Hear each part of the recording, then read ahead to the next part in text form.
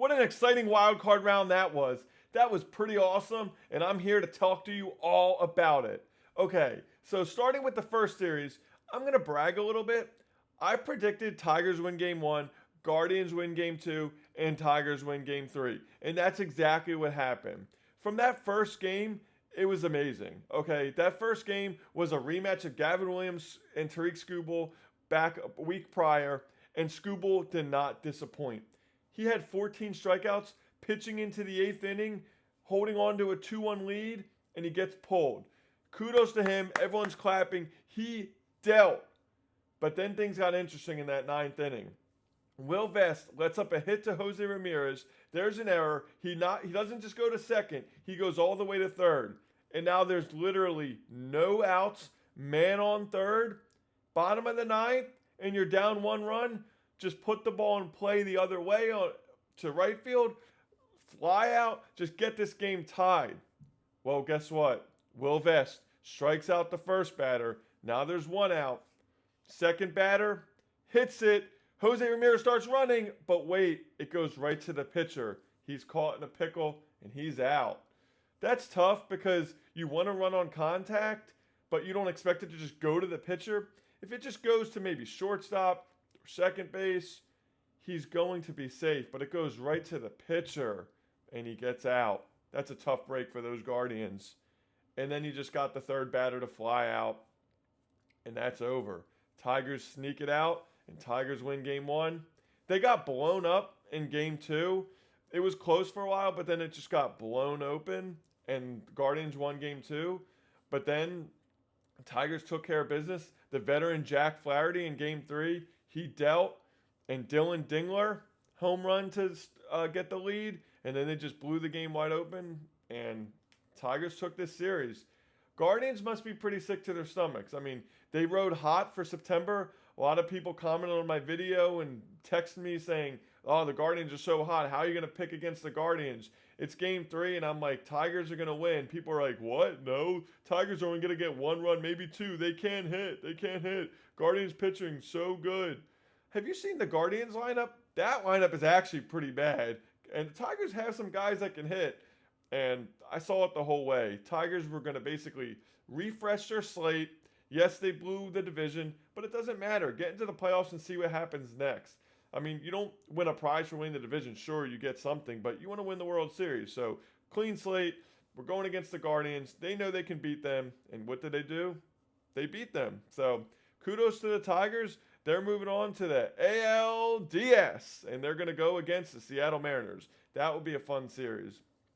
Moving on to the next series, while I did predict Cubs 2-0, they did only win 2-1, but nonetheless, they're moving on. So that game one was going Padres' way. Padres were up 1-0 until back-to-back jacks in game one from Seiya Suzuki and Carson Kelly, the catcher, and they went up 2-1 and didn't look back and won that game one 3-1. Now, moving on to game two, Dylan Cease and the boys just completely shut the Cubs out, and it's 3-0. And then all of a sudden, momentum's kind of swinging Padres' way. They were favored in game three.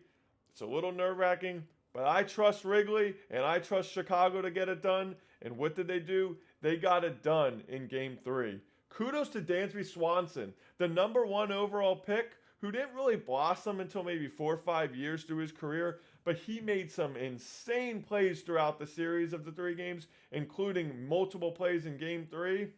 He could be the Wildcard MVP if there was such one. He made some crazy plays, and his defense is elite. And Cubs took game 3, and they're moving on to the NLDS versus the division rival Milwaukee Brewers. So that's pretty exciting stuff there. The third series of the wild card, Yankees-Red Sox. How many times have I talked about this? They are division rivals for years. The rivalry goes back for years. It's top 3 rivalry in sports, and this series did not disappoint. The first game, Crochet versus Max Fried. All right, everyone that I talked to, I told them, I think Crochet has the edge. Fried, although great, Crochet is just a tad better, and I truly believe that. And I think Yankees fans will agree too. Crochet is an animal. And what did he do? He pitched amazing. And so did Free. But Crochet pitched very well. And, the Red Sox won game 1. Going back to game 2 now, it's the Yankees' turn. And what I did predict was I predicted Red Sox game 1, Yankees game 2, and Red Sox game 3. Now, I was wrong about that, but in game 2, it was pretty interesting because it was so close. It's close the whole way. And then let me just tell you about Jazz Chisholm, okay?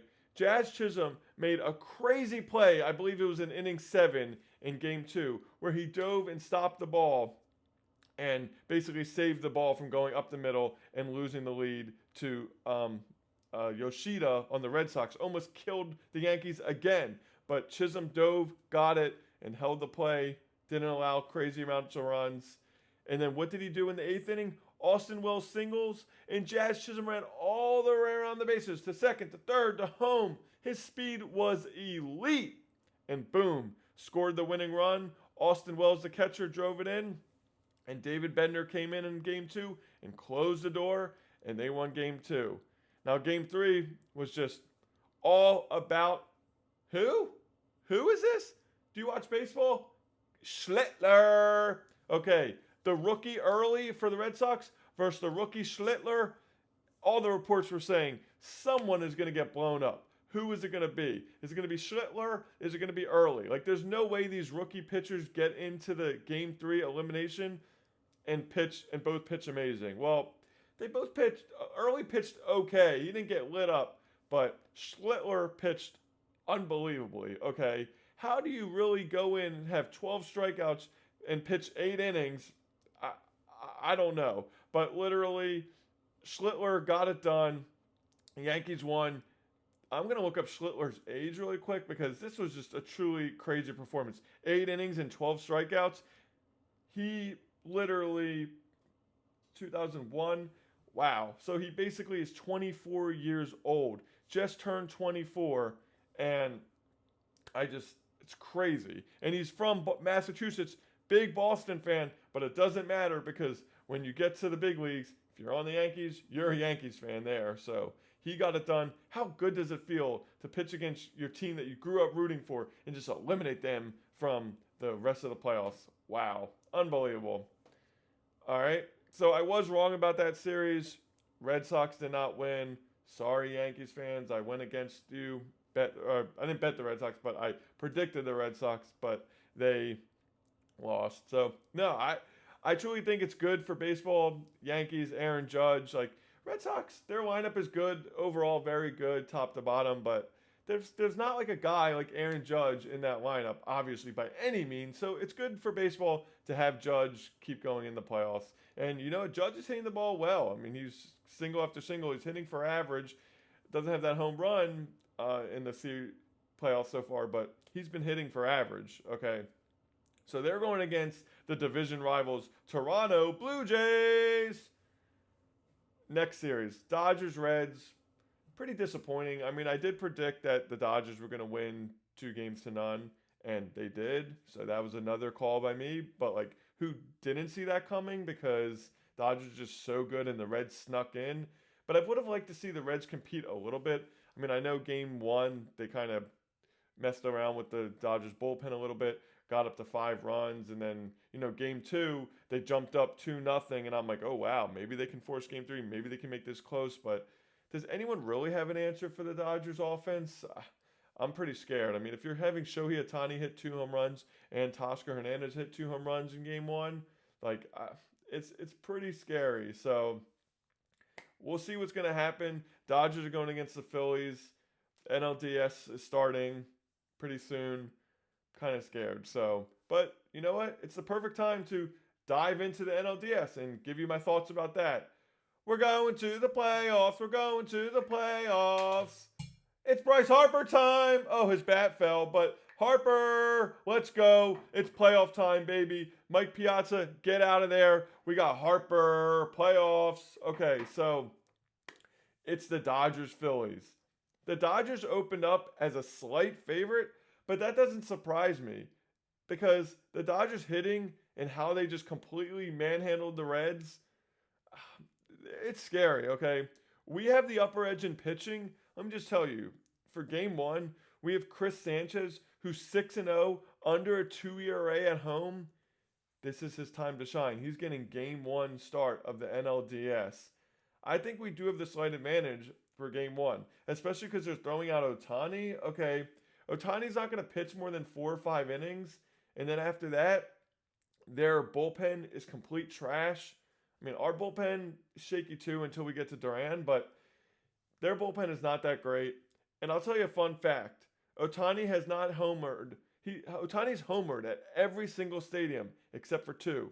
One is Cincinnati Great American Ballpark, and the next one is Citizens Bank Park. So let's not get him closer to homering at all stadiums. Let's hold him down. Let's not let him hit a home run. And I don't think Ohtani's just going to go on the mound on Saturday with the fans screaming at the top of their lungs and just deal. I think he's going to get roughed up a little bit. I'm not sold on Ohtani's pitching. I think our pitching is way more superior. I think our bullpen is better. It's just that offense for the Dodgers is hurt. It is really, really, really, really scary. Okay. But, I mean, Schwarber arguably had just as good numbers as Ohtani, just as many home runs, but it's just Mookie Betts is now starting to hit. It's kind of scary. Freeman's unbelievable. But I'm going to give you my prediction here. Try not to be biased. I'm literally going Phillies win game 1. I think Dodgers win game 2. I think Dodgers win game 3. I think Phillies win game 4. And I think it comes back to Philly and Phillies win game 5. And I think the Phillies advance and they win the series 3-2. I just don't think the pitching holds up for the Dodgers. I think they gave us a little scare, but our offense is pretty good too, and we can keep up with them. So I got Phillies in 5. Let's go. We're going to the playoffs. We're going to the playoffs. Okay. Now to the next series, Brewers-Cubs. That series, I don't even know what to think. Pitchers has not been announced yet. Both those offenses are elite. I think the Cubs are going to be tough to beat at home. We're going to go to Milwaukee for games 1 and 2. I think they're going to split there. We'll give you Cubs game 1, Brewers game 2. And then I think the Cubs are just going to get it done at home and win 3 and win 4. And Cubs are going to win the series 3-1. Like, the Cubs offense and defense is truly elite. The Brewers, I mean, their lineup is stacked too. Yelich is playing like he was the MVP. And I don't know, William Contreras is starting to hit. Sal Frelick, like Bryce Trang, it doesn't stop. They got speed, they got power, they got a lot. But I think Cubs overall, 1-9, is that much better. And I think Cubs win the series 3-1. Okay, Blue Jays, Yankees. The Blue Jays had no business having the best record in baseball, okay? Or, like, best record in AL. I believe the Brewers had the best record in baseball. But they had no business winning that many games. I did call in the beginning of the season that the Blue Jays were going to overperform. Orioles going to underperform. That's exactly what happened. Orioles well under 500. The Blue Jays well over 500. They're the 1 seed. But I don't see this continuing. I think they're not playoff tested. The other thing is, where is Anthony Santander? Is he working at Santander Bank? Did he take over the bank? I don't know, but he hasn't played in so long. I know he's been hurt. Obviously, that's where he is. But is their lineup just better without him, even though they signed him to be the 40 home run guy, switch hitting guy? How are guys like Addison Barger, Alejandro Kirk just going to keep hitting and hitting and hitting? I don't know, but I think the Yankees got something. After they pulled out that Red Sox series after being down 1-0, I think they got something special, and they're going to get to the ALCS. I'm going to go ahead and say Blue Jays win game 1, but it's tough because I don't have the pitching matchup. I think Blue Jays win game 1, and then the Yankees game 2, Yankees game 3, Yankees game 4, and they win the series 3-1. Let's go Yankees. Okay. Now, Tigers, Mariners. If you look at this Mariners lineup, it's stacked. Stacked, okay? Randy Arozarena, Kyle Raleigh, unbelievable. Julio Rodriguez, unbelievable. But then they literally have Eugenio Suarez and Josh Naylor. Like, it doesn't stop. It literally does not stop. So their 1 to 5 is going to be something like Randy Arozarena leading off, Kyle Raleigh batting 2. Sometimes he bats 3, but Kyle Raleigh batting 2. Julio Rodriguez, who proved me wrong. I didn't know if he was good, if he was bad, if he was great, if he was horrible. He went off this year, so he'll bat 3.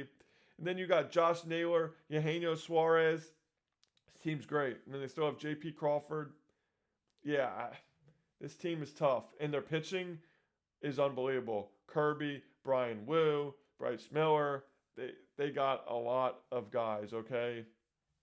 I don't know. I mean, I'm just going to look at if they announced the pitcher for game 1. Let me see. I don't think they did. Why aren't anyone announcing the pitchers? No, they didn't. So it's going to be tough to really talk about, but I think, I don't know. And they still have Luis Castillo, and they have Logan Gilbert. Like, this pitching lineup is stacked, and their hitting lineup is even more stacked. I don't see how the Tigers keep up with their offense, and I don't see how the Tigers outdo these pitchers. I think the Mariners, without seeing the pitchers, I mean, I guess like Skubal is obviously great, but I think he's going to get outdueled in Seattle. I think Seattle's going to win game 1. I think Seattle's going to win game 2. Maybe give me the Tigers in game 3, just courtesy game, but then Seattle wins game 4, and it's 3-1 Seattle. I think that's what's going to happen here. Yeah, I don't see this happening. I mean, if you look at the Tigers lineup versus Seattle's lineup, now we're playing best of 5. It's no longer just the best of 3. I think the longevity of the series, Seattle wins. So then going on to the ALCS, we're going to have Seattle versus Yankees, which is a seriously interesting ALCS. Seattle just came out of kind of nowhere. Like, I did predict them to do very well in my hot takes video back in March. I didn't expect them to make these trades for Naylor and Eugenio Suarez. And who knew Naylor is stealing bases now? Naylor looks pretty out of shape, no offense to him, but he had like upwards of 25, 30 steals. That came out of nowhere. Everyone's running now. But, yeah, this lineup is pretty scary, and they could be my early World Series pick, even though they're not that playoff tested, but they got something going. So I'm going to go Mariners 1, Mariners 2, Tigers 3, Mariners 4. Mariners win 3-1. And, yeah, we'll have the Yankees, Mariners, ALCS. Then the other side, we're going to have the Phillies, Cubs, NLCS. Interesting stuff. This is exciting. It's baseball time, baby. Let's go! Talk to you guys later. See ya.